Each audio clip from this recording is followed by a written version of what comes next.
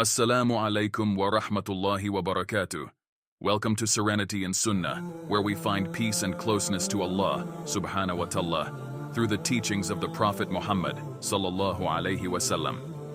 Join us on this journey to take your first step to spread the light of Sunnah.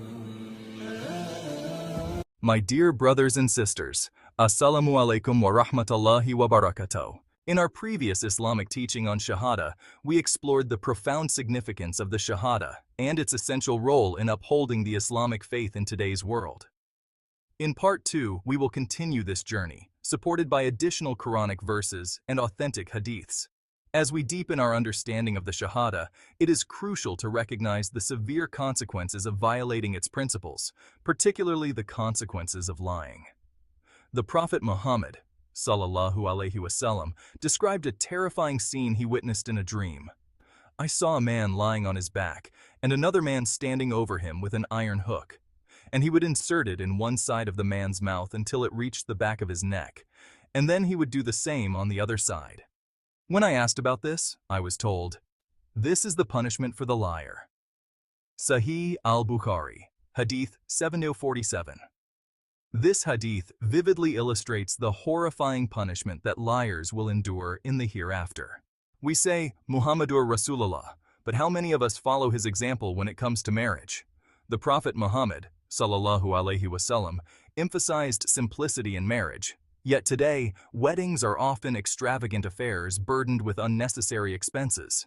Those who ignore this teaching risk the displeasure of Allah, and their marriages may lack the blessings that come with simplicity and humility. Once, a man came to the Prophet Muhammad, sallallahu alayhi wasallam, seeking permission to marry a woman. The Prophet asked him if he had anything to give as a mar dowry. The man replied that he had nothing. The Prophet then asked him if he even had an iron ring. When the man said no, the Prophet asked him if he had memorized any portion of the Quran. When the man said yes, the Prophet allowed him to marry the woman, with the mar being the portion of the Quran he had memorized and would teach her. This story highlights the emphasis the Prophet placed on the simplicity of marriage and the importance of spiritual wealth over material wealth. Sahih al-Bukhari, Hadith 5135.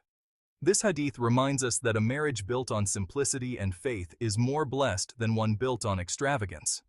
The Prophet Muhammad, sallallahu alayhi wasallam, said, "A woman is married for four things: her wealth, her family status, her beauty, and her religion. So you should marry the religious woman, otherwise you will be a loser." Sahih Muslim, Hadith 1466. He also advised against making marriage difficult by setting high dowries. The best of dowries is that which is easiest on the groom. Sunan ibn Majah, Hadith 1887. Excessive spending in marriages can lead to financial strain on families. In some cultures, this pressure has led to debt, stress, and even the delay or cancellation of marriages. Islam discourages such practices, as they go against the principles of moderation and simplicity. Extravagance in marriage can encourage a culture of showing off, which contradicts Islamic teachings of humility and modesty. The Quran warns against wastefulness. "Indeed, the wasteful are brothers of the devils, and ever has Satan been to his Lord ungrateful." Surah Al-Isra, verse 27. When some families engage in lavish weddings, it can create a social expectation that others feel compelled to follow, leading to competition and a further increase in expenses. This can exacerbate social inequality, making it difficult for less affluent families to afford marriage. The Prophet Muhammad, sallallahu alayhi wasallam, emphasized the importance of facilitating marriage. He said, "When someone with whose religion and character you are satisfied asks for your daughter in marriage, accede to his request. If you do not do so, there will be corruption and great evil on earth." Jami at-Tirmidhi, Hadith 1084. The Prophet Muhammad, sallallahu alayhi wasallam, warned about the consequences of extravagance and pride in marriage. He stated that those who burden themselves with unnecessary expenses in marriage may find their marriages lacking in blessings. The Prophet said, "A time will come when a man will be destroyed because of his wife and children. They will reproach him for his poverty, and he will undertake things that will destroy his religion until he dies." Al-Mujam al-Awsat, Hadith 9297.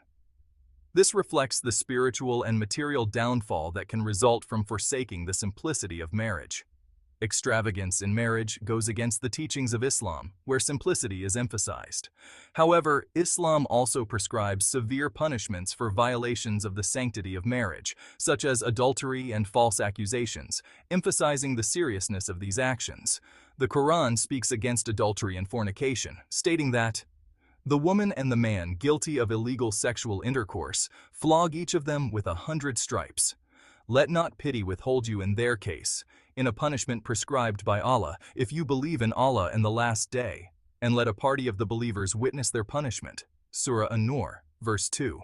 The Prophet Muhammad, sallallahu alaihi wasallam, prescribed stoning as the punishment for a married person found guilty of adultery, Sahih al-Bukhari, Hadith 68:12. This part of our teaching on Shahada calls us to remember that simplicity in marriage and honesty in our lives bring us closer to Allah.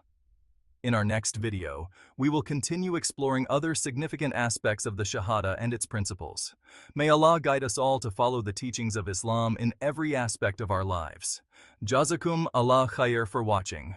Ameen. If you found peace and wisdom in this message, remember to like, share, and subscribe to spread the light of Sunnah. May Allah reward you for your support. Jazakum Allahu khairan.